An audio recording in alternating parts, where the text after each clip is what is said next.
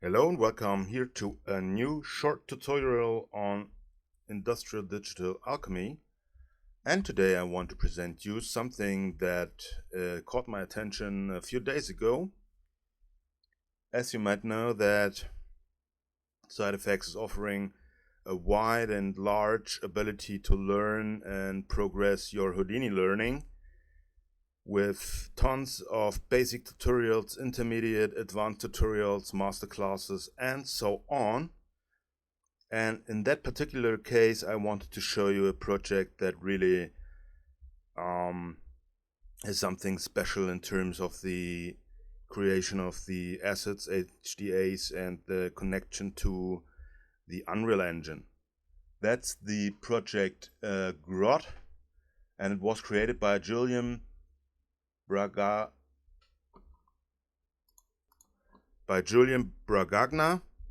and as you can see here, this is something that covers a lot of different techniques in the way of ruins and cave creations. Has also some little Giger style in terms of the flesh and stone fusion and creation, and you can see that it's utilizing the edge damage and the different approaches to make this surreal and very abstract kind of artwork. You can here look at the different sections on the lessons, and you can also download the project file. And the project file is the HDA that is pretty much creating this awesome biomechanic flesh-like organic look of the ruins. So let's jump right into Houdini and have a look at this asset and what it's doing and how we can utilize it in our case with Karma Solaris USD rendering. So first of all, we're gonna insert the HDA with our asset and install asset library, where we can pipe in HDAs from one system to another. This is something that makes Houdini so powerful that you can create a lot of tool sets, also plugins to make your work easier in 3D, and therefore you can switch it to other users back and forth and make also iterations on and on. So once everything is loaded in, we get this little geo sub level here, and for those who don't know what sub level is, it's pretty much our object level, our surface operator, everything that has to do with 3D modeling and 3D objects. And we're gonna dive in, and we can see here that we have here a little network with a placeholder mesh that is created by this box here, and then goes right into a match size node to match the size in the min x, y min, and in the z center. And then we have some transformation. That was something that I was testing with a little expression here, $t times 3. That means it is moving 3 units in time evaluation. That is nothing else than some animation. You can use it also for cameras or for objects to move straight a given path, and it's going on the x-axis. You can also hit here -3, then it's going in the other direction, and this is something that makes this asset very interesting. So the cool thing is that you're totally up to your own creation of the ruins, so you can take any shape, any object you want to pipe in and create this kind of edgy and edge damaged old ruin look. And what we got here then is a mirror, so we mirror everything in the x minus direction.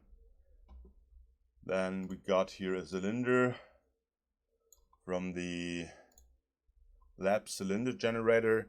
For everybody who's not aware of the labs creation, this is something that Houdini and Artefacts is contributing and researching on and for every new release, which means that those assets and those nodes are pretty much for experimental and also for productional purposes. So you have here also the lab's edge damage, which creates those great edge damages to your geometry.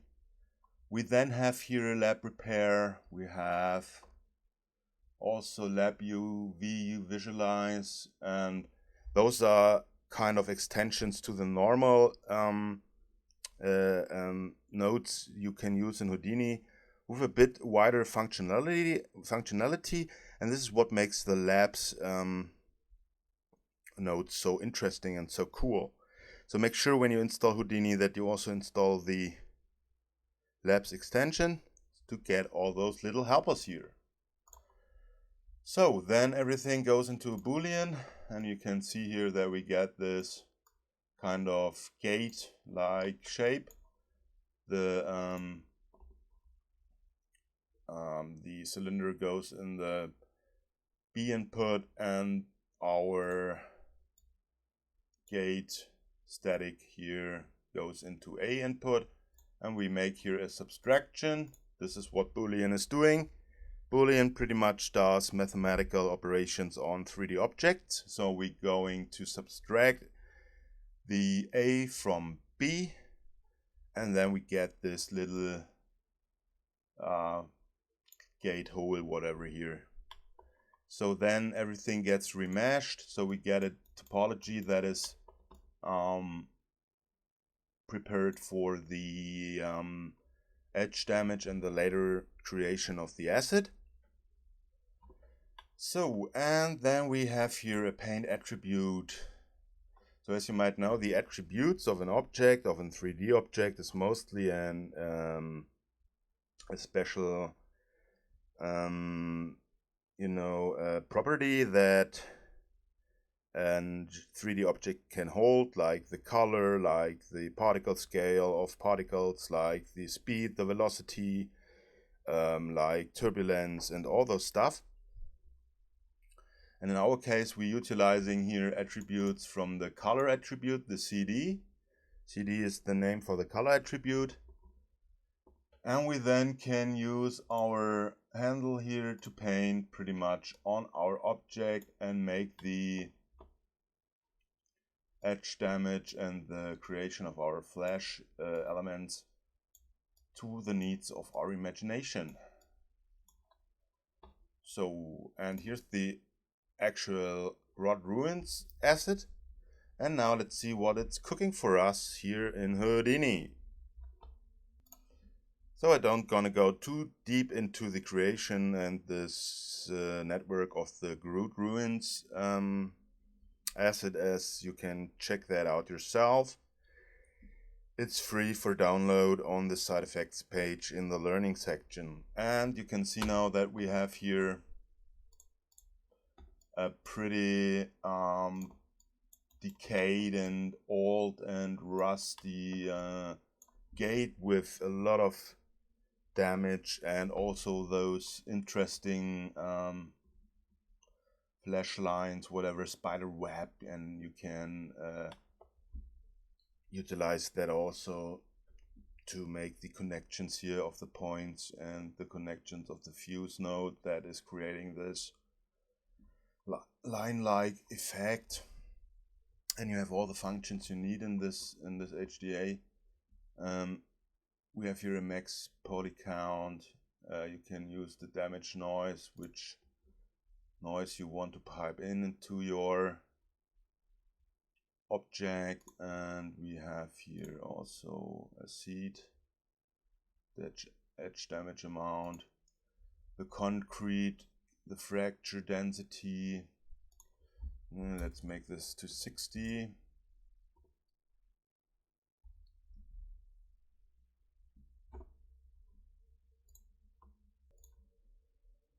And you can see that we have here a lot of parameters we can pipe in and change the look of our ruin and utilize it for our environment or whatever you want to create with this object. And we have here the flash section where the flash is created, and you can change the min range.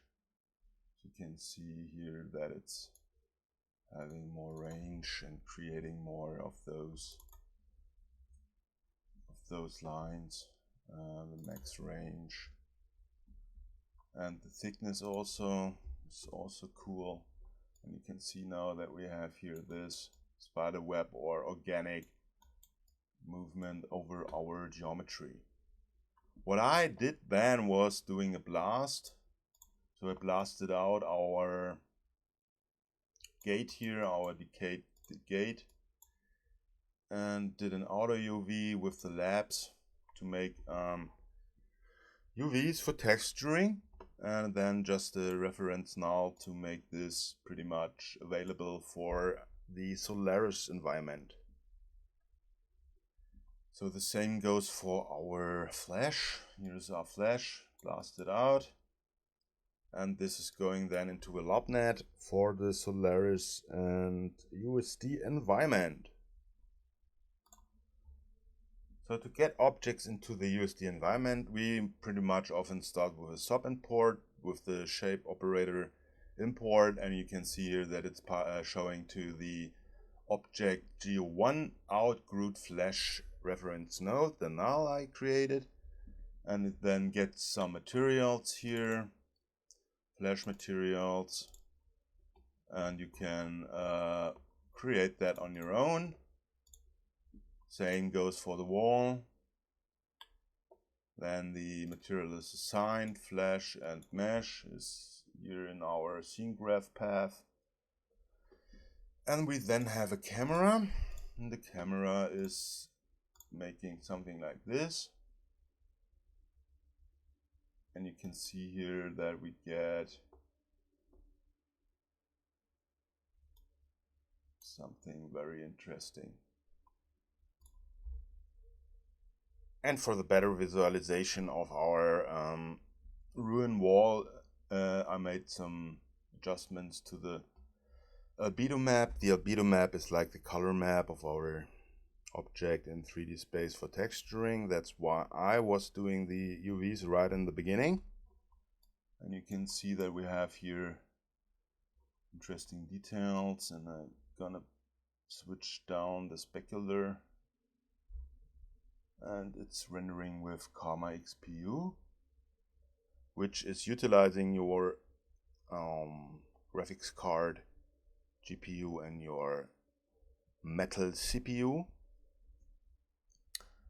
And that means that this hybrid renderer under the codename Solaris is using different calculation methods to make your final image.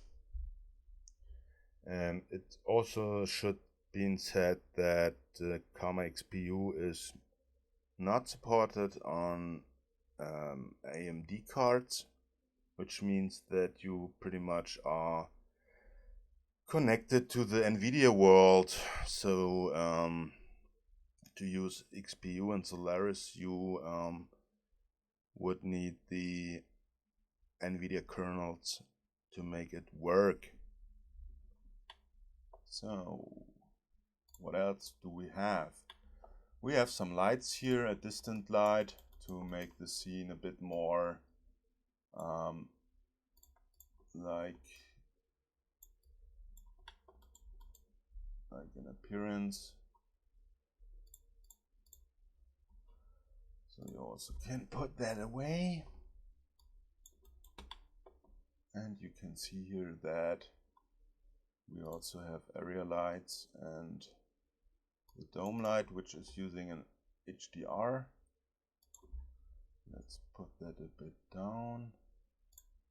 Let's restart the render.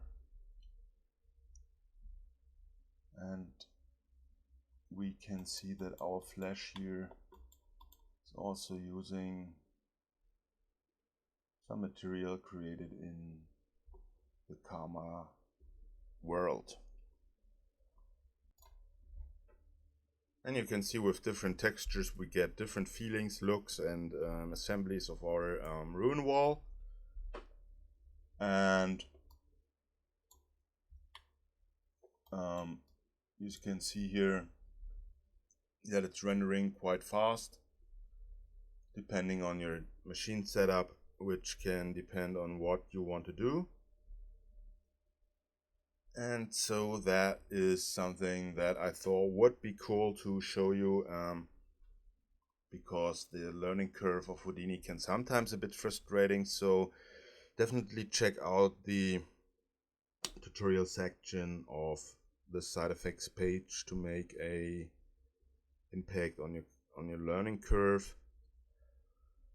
As the next part of this tutorial will be some Unreal Engine implementation, as the Unreal Engine has some very advanced and marvelous possibilities in the real-time realm, which means that you can use Houdini in connection with Unreal with the Houdini engine, which is a little software helper from Side Effects that pipes the Unreal and Houdini creations together, and this leads to very cool effects. You can use the particles from Houdini, you can use the fracturing from Houdini, and this is something we will have a look on in the second part. And as everybody might know, that Houdini is loved for its proceduralism, you can always change here your input and make this more to your experimenting needs. So let's put this a bit larger, and now we can see here, and we're gonna use here a different cylinder with a bit less sides, like a bolt. You can see here we have this entry, and we can also change the outer radius and the inner radius. And I also want to change the depth of our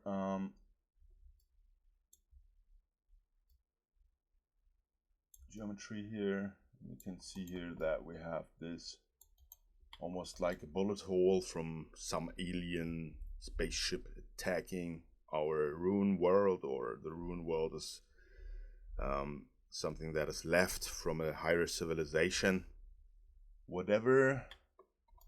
So let's see what's our what our HDA is doing then. So we have here our attribute paint, and I'm gonna do a little short reset. So, and let's paint it here and here and here and here, and then we make here a little you can make some paraglyphs, something that is very old and from ancient times.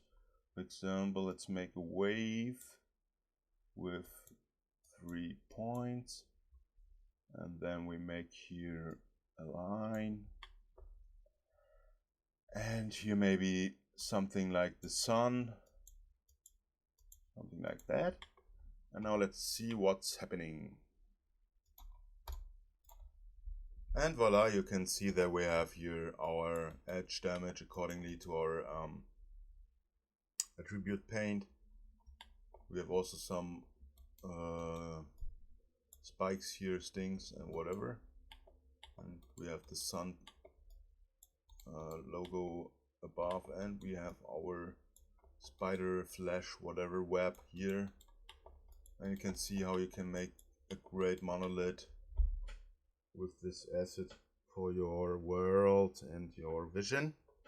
So now let's see what it's doing when it's rendered.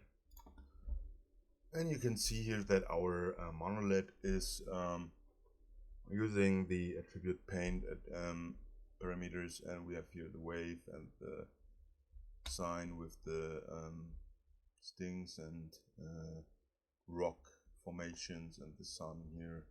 So very cool for any kind of artificial or alien-like world. So you can see here that it's utilizing and making a cool element for us, which we then can later pipe into Unreal, but this is in another tutorial. So I hope you learned something. The scene is available on the Patreon with regards to and with greetings to the Side Effects team providing this great HDA in their training, and especially from Julian. And let's do one thing here, making our flesh a bit more appealing.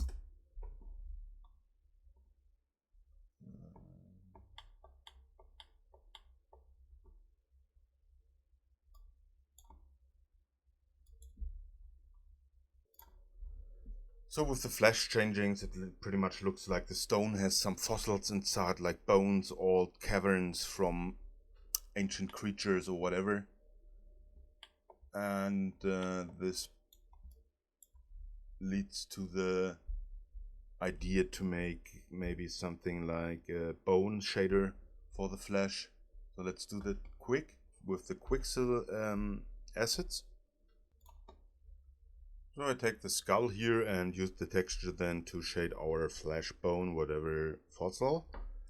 And a little assignment also from Quixel. It will move to the Fab world with the beginning of October. That means that Quixel will no longer be available as Quixel in a standalone world. So it will be available in the Fab world with big announcements and very large libraries connected to the Unreal world. And you can also get then Unreal Marketplace models and assets there, and make sure that you keep your Quixel assets, as they may be gonna vanish in terms of the Fab modulation for the price sections and everything else. And you can see here the result. Something big has lived in our wall, which means that you can create different other looks with that great asset. We see here the bone structures, and we see that here in the stone is something inside, maybe an old life form from another planet inside of the rock material from archaeological digs. And now we can see here also something pretty cool. So check out this asset, make your own creations and share some stuff. I would appreciate it. Next lesson is then with the Houdini Unreal connection. I hope you learned something, and if you really like, so subscribe and make sure that you also check out the other tutorials as it's progressing step by step with new content in every week. See you all soon, and thanks a lot.